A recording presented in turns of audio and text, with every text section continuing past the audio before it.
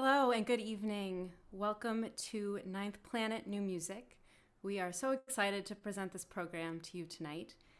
Thank you to everyone on the East Coast who's staying up late. It's very special that through this technology now and the reality of having to stream our concerts, we can connect to people from all over.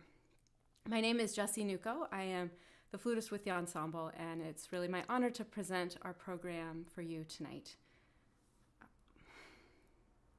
We'd love to hear from you in the chat throughout the concert. We'll have some time after the program to answer questions. We have a special guest who will be joining us then. But in the meantime, many of our performers and other members of our ensemble are available in the chat to answer your questions in real time and are eager to interact with you that way. I'd like to direct your attention to the description in the YouTube link in the event itself. You'll see a link to our program with a lot of extra information about the pieces, the composers, and about Ninth Planet. In the description as well, you'll see many links to our social media, Instagram, Facebook, and our mailing list. And we'd love to keep in touch with you, so be sure to like and subscribe. We also have a link to donate, and we're thrilled to be offering you this program tonight free, but all of what we do largely depends on donations, both large and small. And if you're able to support us and you're enjoying this concert tonight, we'd be grateful for even the smallest amount. And so the program tonight, On Being, explores different aspects of our existence, whether that's a physical relationship to a space, or a more personal awareness of self or existence in a present moment, or our relationship to one another in the reality of the time we live in now, when we're all separated by screens. The first piece on the program by Angelica Negrón is called La Isla, Mágica, which means the Magic Island. Performed tonight by Eugene Theriault, this piece is for double bass and electronics. The inspiration for the piece is the islands of Bali and Puerto Rico, both of which are dear to the composer's heart. And she invites you to come on this musical journey, and for this time, be in the present moment. And that is right now what matters.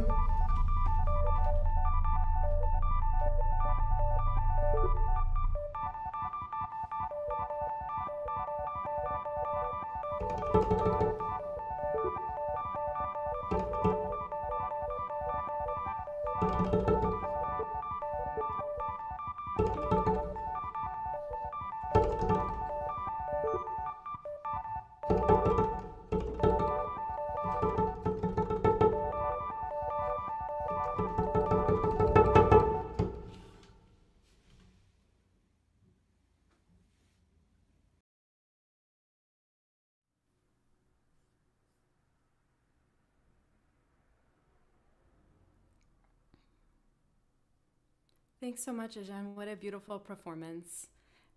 I think I've heard this piece 4 or 5 times over the last couple years, and every time I just find more and more to love about it. Welcome to everyone who's joined us late. We're so glad you could be here now, and really excited about this program tonight. As was the case for so many performing arts organizations, our last season was cut short, and as that was our first season as this new ensemble, makes tonight especially meaningful. And we're so glad to have so many different people involved in this concert. As a reminder, we have many links with more information in the description on the YouTube page.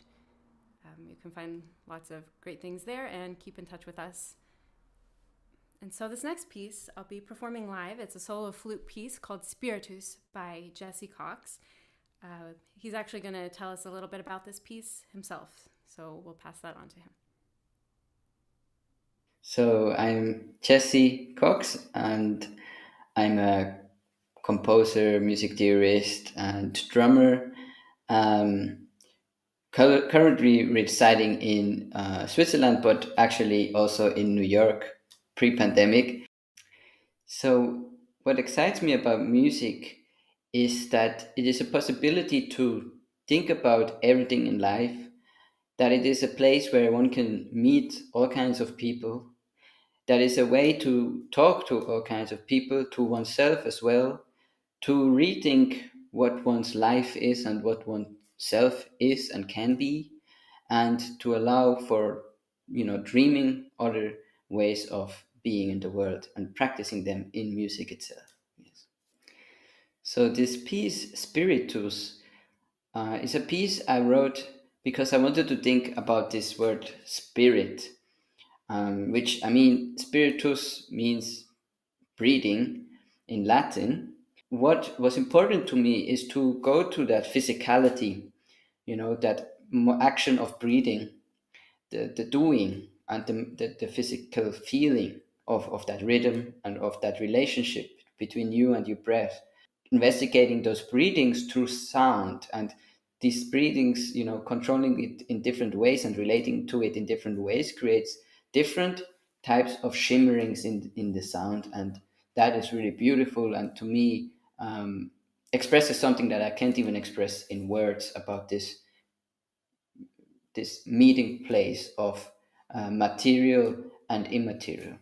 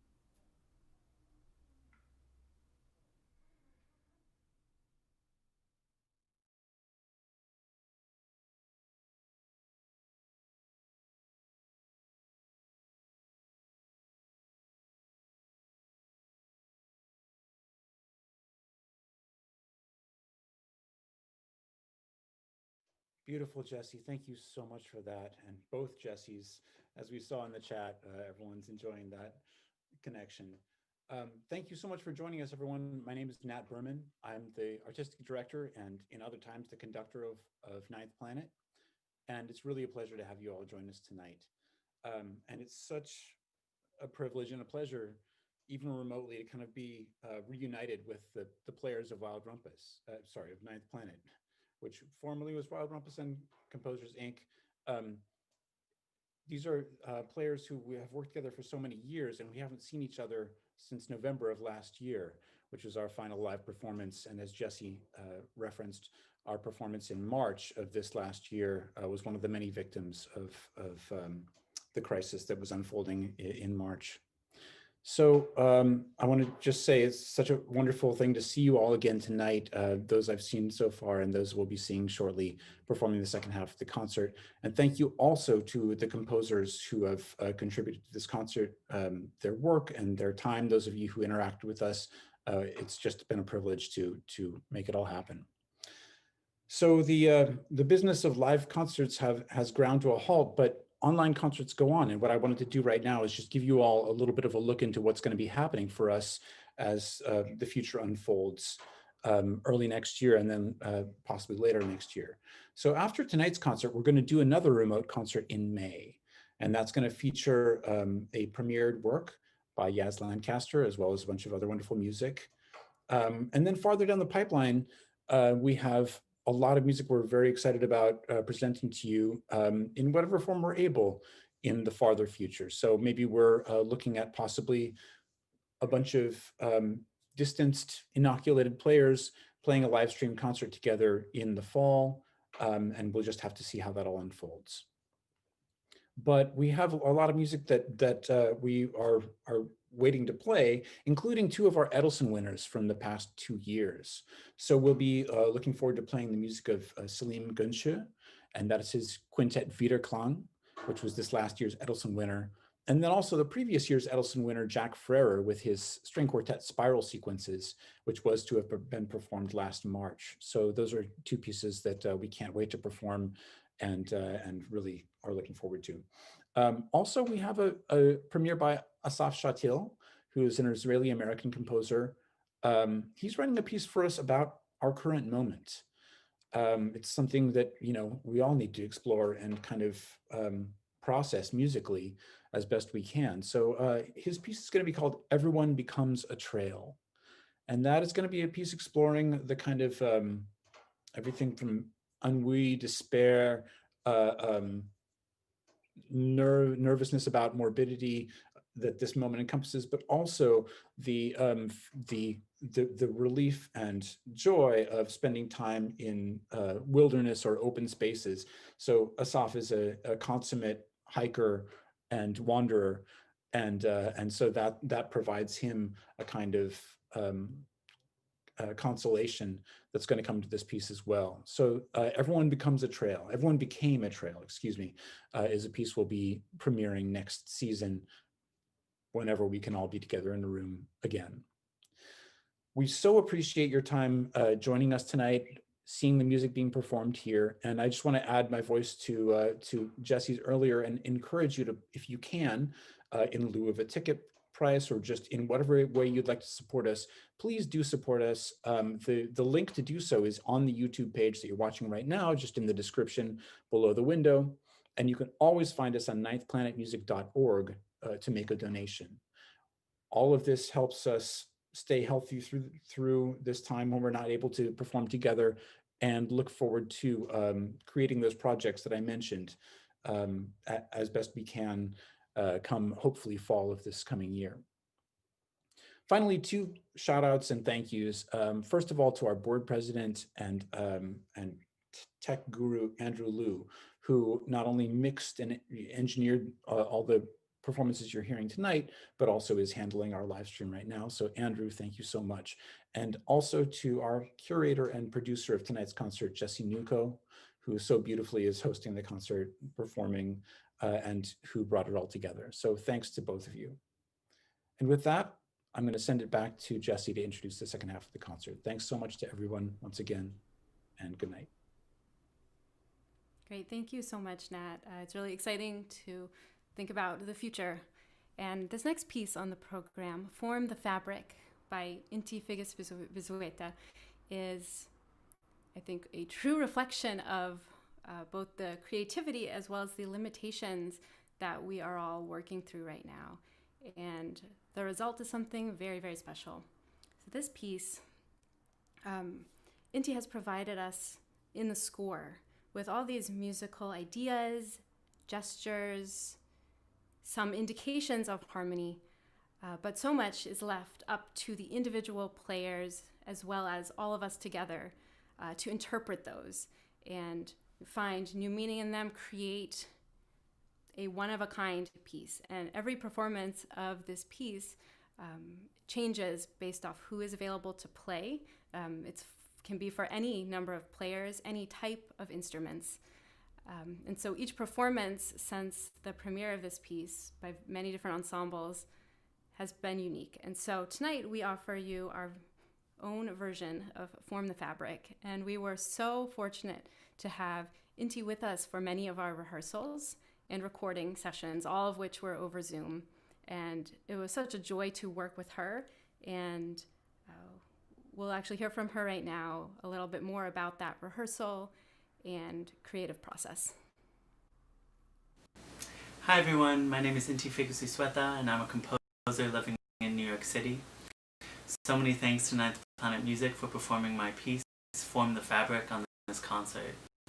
It's been amazing to work with the ensemble, to learn with them, to grow with them as we all explore this new medium of Zoom music making, and ultimately being just so open to experimentation and really making this medium work for us. So many thanks to Jessie for curating just such an incredible program. You know, all the folks on it are folks who I kind of know and really, really adore their work. I'm just so honored to be among just such strong musical voices and creative minds. And ultimately just so many thanks to the ensemble for, again, just really, really moving with me, really kind of, you know, responding to all the all the oddities of Zoom and of the piece itself, and of just really making it work and having a lot of trust. I think one of my biggest pleasures too of this entire project, you know, was sitting in for rehearsals and run-throughs, and I think you'll maybe see me nodding quite a bit. You know, in-personness is something that I really miss a lot, and being able to really share the energy of a space. But Ninth Planet really, you know, made those connections happen and made me feel really comfortable to be able to interact and express myself that way, and I really appreciate it. I think it really benefits, you know, just everything. So yeah, so many thanks again, and please enjoy the concert. Thank you.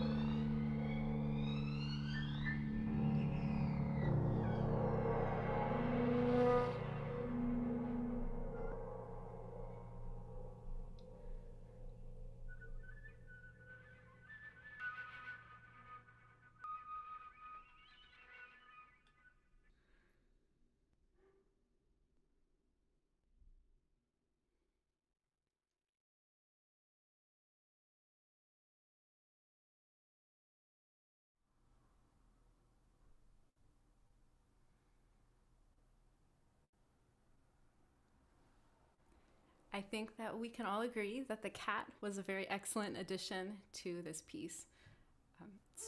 He certainly surprised us, but in the end, it made for a really special product. And so we do encourage you to stick around for our Q&A session that will be after the last piece on the program.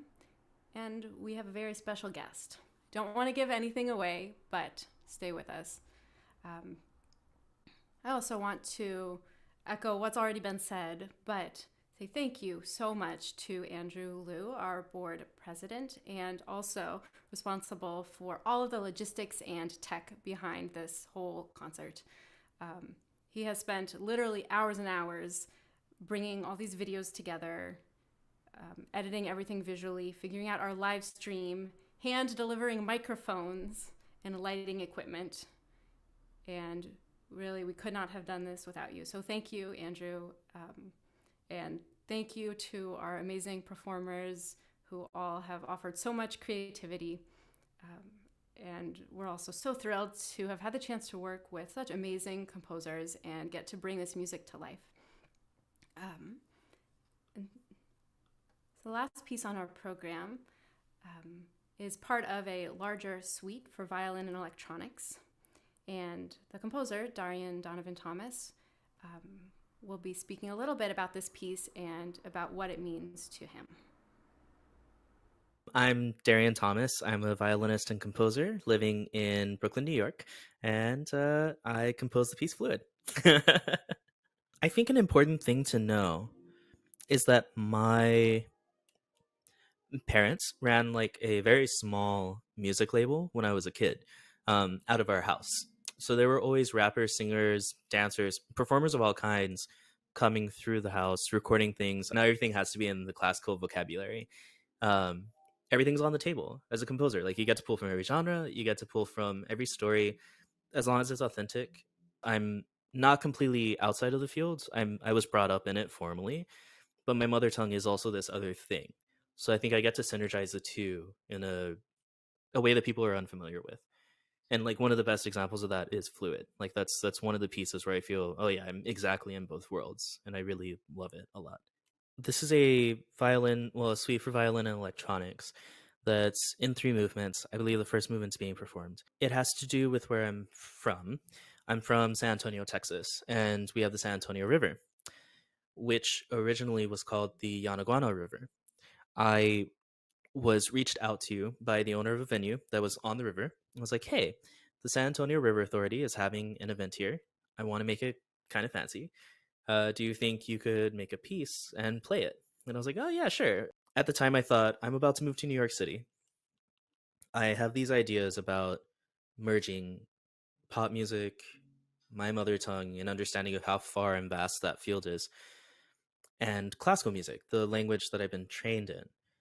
But I had these ideas, and I can have these conversations, and I could write essays if I wanted, but I don't have a piece that showcases these thoughts in action. I don't have this theories in application. The piece is kind of just meant to do what the Yanaguana did in its original state, right? It was just refreshing waters that existed and were there. And I think this piece gets to be that as well. So yeah, just listen and let it flow over you.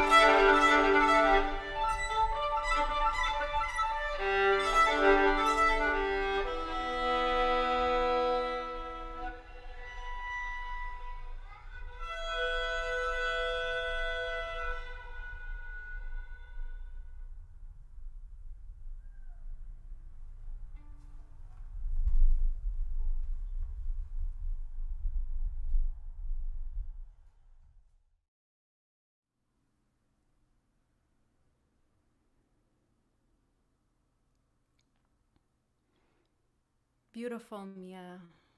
Thank you so much for performing that piece for us. It's really such a beautiful way to end tonight.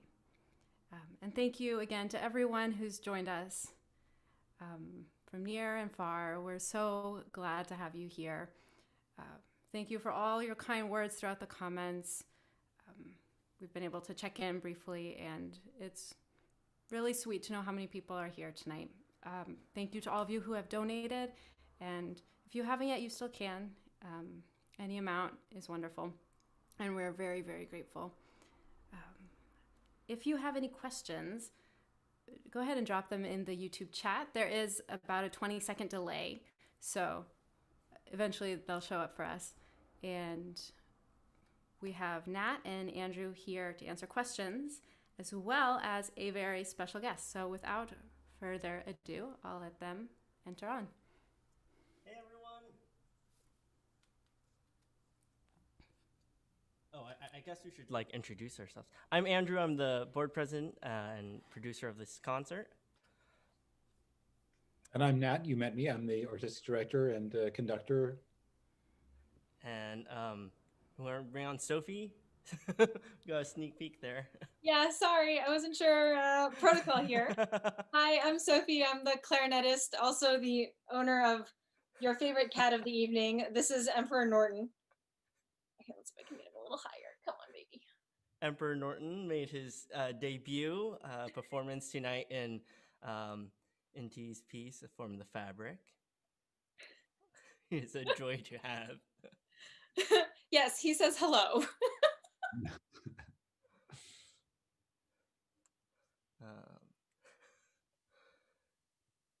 All right. Let's see. I'm looking for any questions, but Nat, do you want to start? Sure. Well, I mean, having not been part of the process of working through Inti's piece, I'd like to ask Jessie and Sophie, can you just give us a little bit of a window into how the piece unfolded and how you turned what you saw on the page into what we heard? Yeah, I can jump in.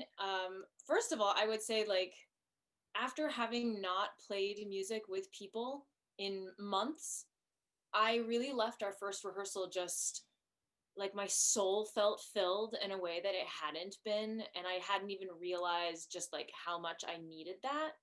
And even with I think half of our first rehearsal was just working through tech issues. Yeah, I remember hearing that.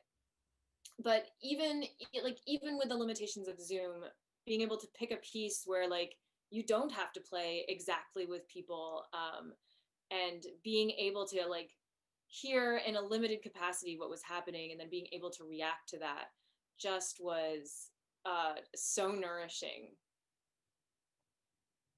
Yeah, and I think by the end of that process, we were able to get to a place where we could actually like really, really embrace the play and the creativity. And it was such a joy and such a freeing experience to get to put that together as an ensemble. And I think that was pretty much the first time since the last live events where we were in person together, where we had that. And it was so fun. And actually related to that, I see a question here. Can you talk about the process of recording the ensemble for Form the Fabric? So Andrew, can we pass that off to you?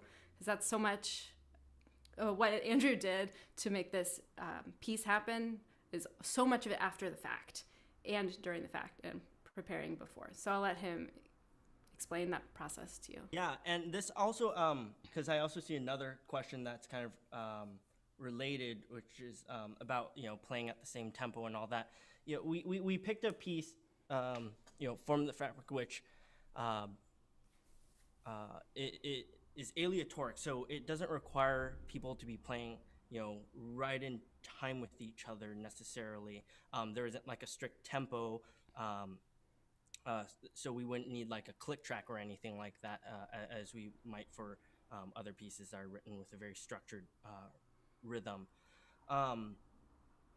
But in terms of like the recording process itself, you know, Zoom's audio is very, very funky and unpredictable, especially when you have lots of people trying to play at once. So, you know, after all our rehearsals, we just made sure that everyone had proper mic set up. They had their kind of digital audio workstation ready to go. And then we just, you know, said, okay, let's play together at the same time, you know, start at the same time. And at the end, I took all those recordings, both the video and the audio recordings, mixed them all together, and then put them all into their little squares, the Brady Bunch squares, and we got a video.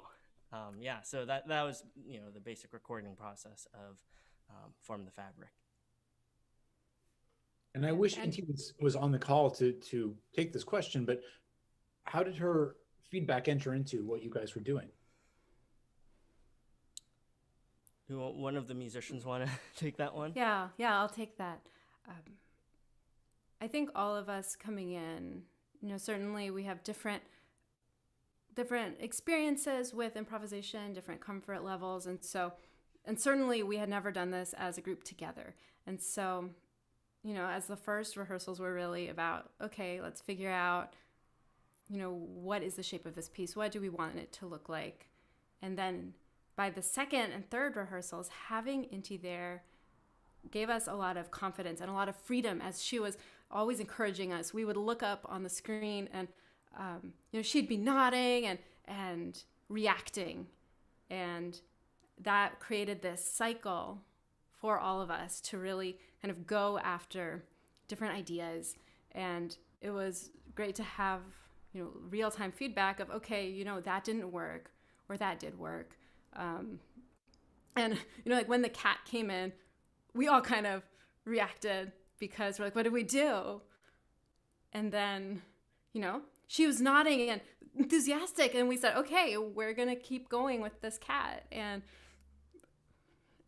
so all those details, having her there helped them come together. And I think she really helped guide us into a place of cohesion in that. Yeah, and I think in many ways, Inti was, you know, the conductor of the piece. You know, she used a lot of gestures that and expressions that we, you know, Nat and I as conductors, we would, you know, give to our ensemble when they're playing, saying, yeah, that's good, or, you know, more, you know, but in a more informal way. And yeah, that kind of like reassurance, I think, was really, really helpful to the players. And as someone who is like watching that rehearsal process, you know, beginning to end, it was really amazing to see the difference that made. Here's a question for Nat. Who is the founder of the group? Nat, if you want to talk a little bit about the history of Ninth Planet. Yeah, so for sure. I mean, tonight I made a little faux pas, which is I said Wild Rumpus at a moment when I should have said Ninth Planet, only from 6 years of experience being with the ensemble Wild Rumpus.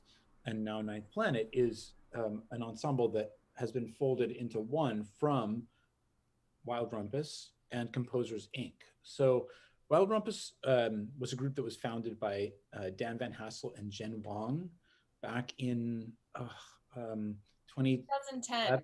2010, thank you. 2010. Because actually Sophie was one of the co-founders and earlier directors of the group.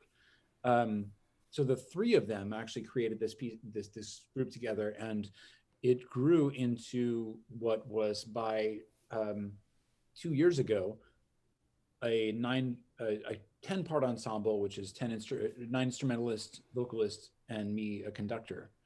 And by that time, Dan Van Hassel was the principal artistic director. So Dan is a guitarist who now lives in Boston. And so we formed a new ensemble last year with Composers, Inc., which I can't give the full background of, as I'm not fully up on who founded it when it was originated. But we still have in the board Alan Shearer and a few others from the organization Composers, Inc., which was founded about 30, maybe 30 plus years ago. 35 years ago. Thank you, Andrew. Yeah. And their mission was really to just promote new music, particularly American new music.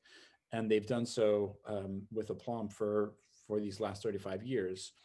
And the two of us just worked out. So when Wild Rumpus was primarily a performing organization, Composers Inc. was primarily a presenting organization.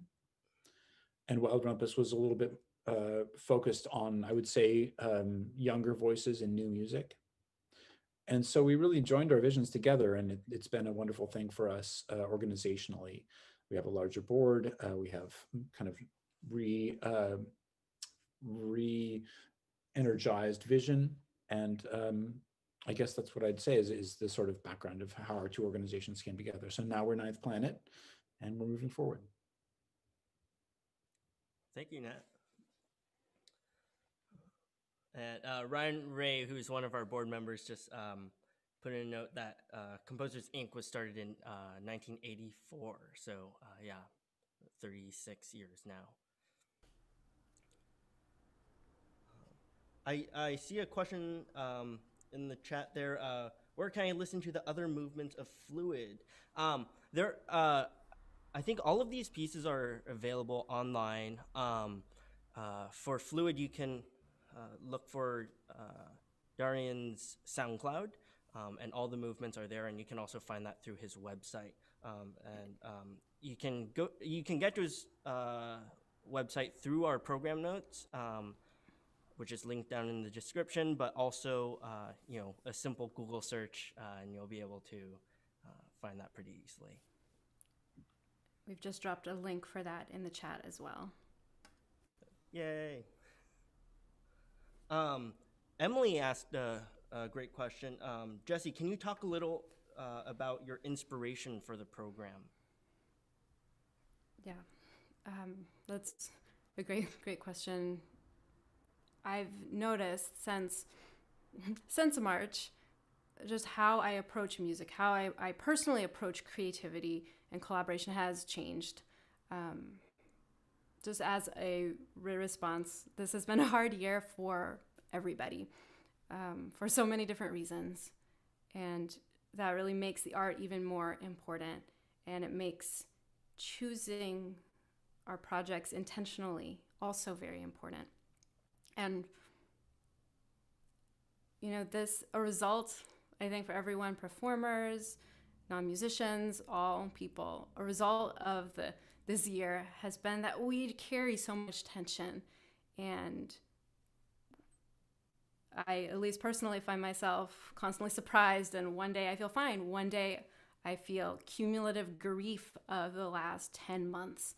And so as I was approaching this program and looking at all sorts of different music that fits who we are as an ensemble and that involves as many people as possible, I wanted to present a program that would allow you all to come enter into this time with us and find rest, find some just breath, healing, and perhaps release some of that tension that we're all holding.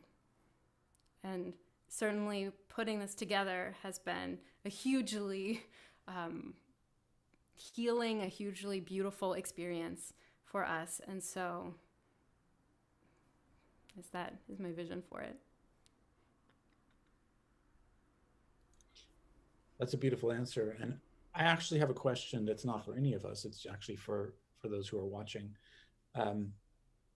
As we were trying to create music and art during this pandemic and doing this remotely, I'd be curious, just in brief, one sentence replies from those of you who are watching and chatting with us, what you hope to get from concerts that you watch during this period. What is it that has uplifted you the most or impressed you the most, or even if it was a hard thing to watch, what artistically has inspired you the most during this time, and what can inspire us? So anyone who wants to respond to that. Yeah, we'd love to hear from you in the chat down below. Yeah. I do see a some big throw out there, yeah, but yeah, I do see a couple more questions. One of them super short, and then one of them is I think one we can dive a little more into. But one of my students asked, how hard was it getting mics to everyone? You know, as most people, or this ensemble is just all professional musicians. Most people already had mics, or really quickly got them in the pandemic as kind of at the start as a matter of survival in this environment. You can't really make music without a solid setup in this environment. So luckily it wasn't too hard. There were just a couple people that I needed to check in with to make sure everything was set up properly. So that answers that question. Salim asked a really great question. I'll just read the whole thing out. It's a little long. Do you think following the COVID circumstances, the limitations of Zoom/unsynchronized playing could lead to a new kind of repertoire? And would we be interested, as Ninth Planet, in doing a concert that's dedicated to pieces written in that way? So I'll actually direct that to Nat, because this is something we have talked about in our meetings. Yeah, I'm just reading the question again. I think it could lead to a new kind of repertoire for sure. And I think the questions that are opened by working in the way that we have to work now are more satisfying to resolve than the results of playing music that's not made to be performed this way. So I say that with great respect to pieces that we can play beautifully and perfectly, and especially like the solo pieces we played this evening, right? Those we might feel a closer connection to them if we were in the same room as them, and yet we really experience them really in their completeness. It's a little different when we have music that is intended to be heard by the musicians at the same time in the same space, right? So let's say that's the question that we're talking about when we're talking about playing remotely. I think when I said what I said earlier about the satisfaction of playing music that's remote, that's made to be played that way,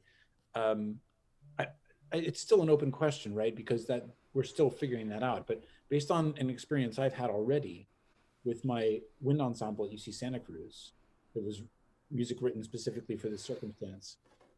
It was special, and it felt, while we didn't have the satisfaction that we get from playing together and kind of realizing each other's kind of musical personalities in real time, it was it felt important and significant to do something that was written for this moment and to do it successfully. So Salim, I think your question is very well asked, and I do think there is a possibility of that. The question is, what is that entity, right? And that there are a lot of spaces in which that can exist, and it's still to be explored. So I think that, speaking for our ensemble, if I can be so bold, like we would want to explore that with composers as you all find ways to reach into that question. Excellent. Yeah. As an educator, for those of you who don't know, like I'm in my classroom, I teach middle school. Some of my students are on the stream. It'd be really interesting to get pieces like that that are geared towards younger musicians, because it is incredibly difficult to approach our standard repertoire through Zoom, and to have any sort of synchronous playing experience. And so, as far as the pandemic goes, I think that is something that, as an educator, I would love to be able to explore. But I'm not sure necessarily there's like a huge demand for that. I think there are other ways that people are trying to go about music education in the pandemic. But yeah, that's kind of my take on it.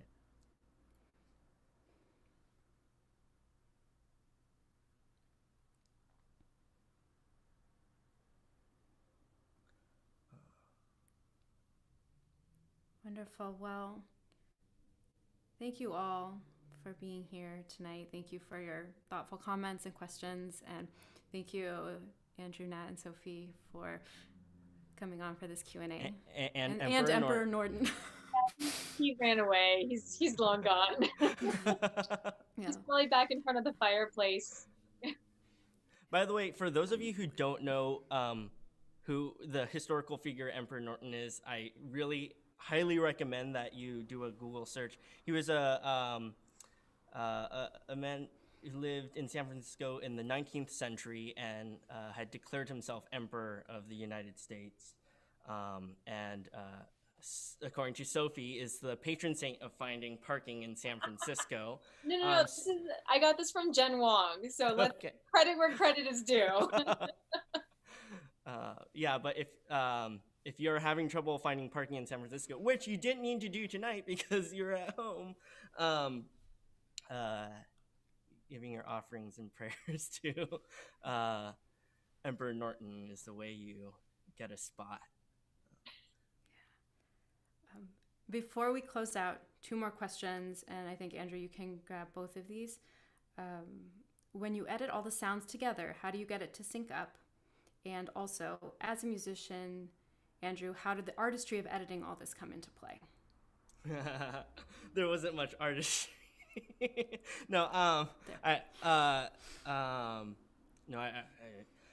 What's interesting about playing through Zoom is this piece through Zoom is everyone hears the piece differently. Even like in any given run, everyone hears the piece differently because of the different latencies that are caused by the internet. And so we just settled on saying, okay, we're gonna all clap. I basically said, 1, 2, 3, clap, and everyone did their clap. And it helped me, sync up the videos and audio. But then that was just going to be, where I lined up the recordings together, because there's kind of no other way to say what is the correct way to sync these recordings up in an aleatoric piece. And so that was how I synced the tracks together. As far as artistry,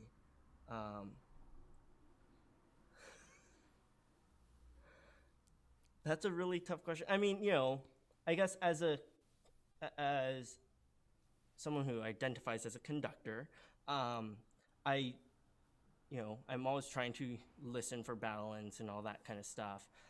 And so instead of going like, this to a musician, I just, all right, slider goes down, and play around with that. And then the rest has just been, technical stuff that I've been slowly gaining, like technical knowledge that I've been slowly gaining through the years in terms of audio production and trying to create a, good audio product. Yeah. Great. Thank you. And as a reminder to everyone, please subscribe, like us on social media, and please keep in touch. We love to hear from you. We love to engage with you.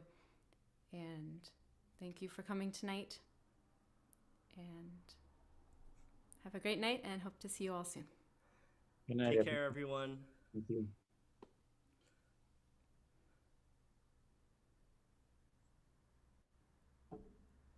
The stream has ended.